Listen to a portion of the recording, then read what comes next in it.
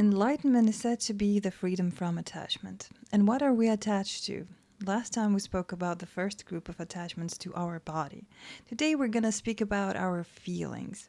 Feelings refer to the felt quality of a sensation. For example, music usually associated with something pleasant, or maybe a physical discomfort is associated with something unpleasant. If we're not careful enough, we may develop a certain type of illusions in regards to these types of feelings.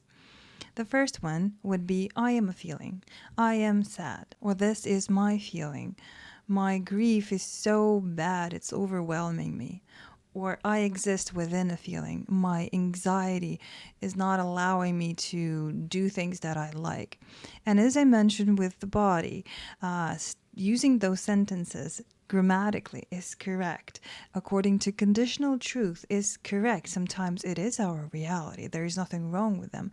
But if we go deeper, according to absolute truth, it's important to understand that those feelings, sensations, and emotions do not define us. We can exist peacefully, even amidst experiencing, the depth of grieving process. And the truth about our emotions is that they are fleeting events in our life, and we don't have to define ourselves or confine ourselves within them. And those illusions can manifest in two types of extreme actions. First one would be caring too much about the feelings, and second one would be caring too little about those feelings.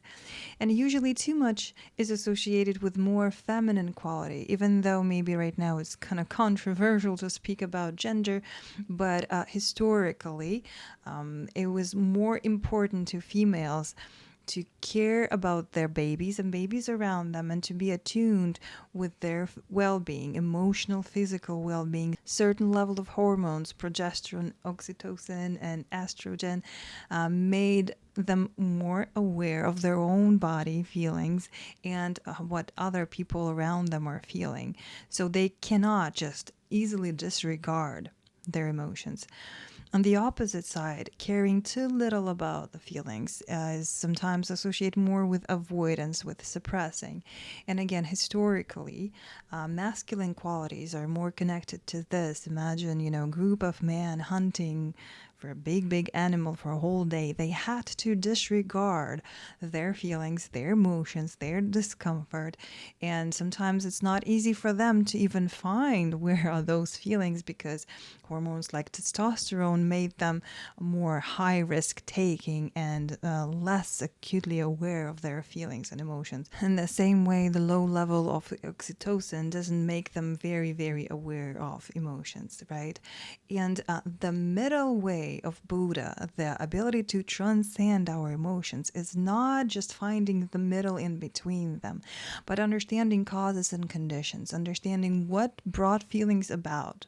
If we are experiencing anger, is not necessarily a bad thing immediately. It is there because it serves a certain purpose.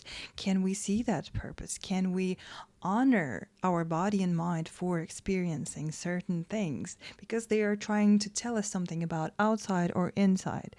And sometimes, according to conditions, I need to take a little more care about what I feel.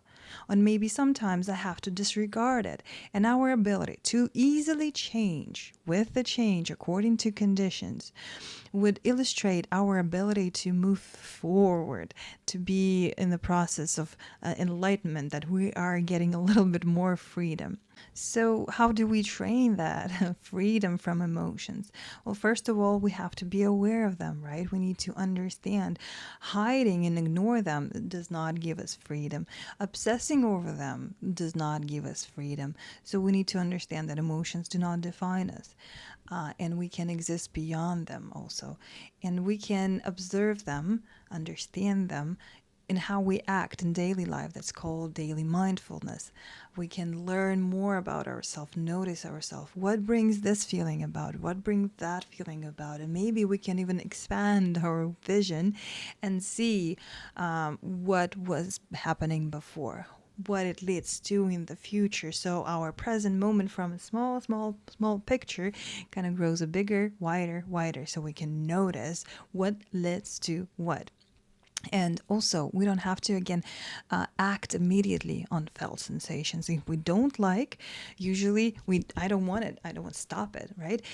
But the reaction doesn't have to follow immediately. Give yourself, even if it's a few seconds, of listening without acting. How does it feel like to feel unpleasant sensation? The same way, if we like something, if there's something pleasant, you took a bite of ice cream and you immediately want to have more, give yourself few seconds of like, oh, this is how it feels like to have pleasant sensation. And if you want to go deeper in meditation, there's going to be an abundance of unpleasant and pleasant sensations, probably. And again, we train ourselves not to act immediately. In the beginning of meditation, usually it's a lot of unpleasant sensations. We sit, it's uncomfortable, body is tight, legs are numb, back is tired, and so on. Can we just observe them? And if you notice, we're talking kind of very similar to what we did about the body, because those two things are not separated. Body has sensations. We just go a little more fine right now. It's the same process. Later on in your meditation, when you're able to overcome the unpleasant sensations, all of a sudden, a lot of pleasant sensations arrive. Your body feels lighter, and it's just wonderful to sit there for a long time.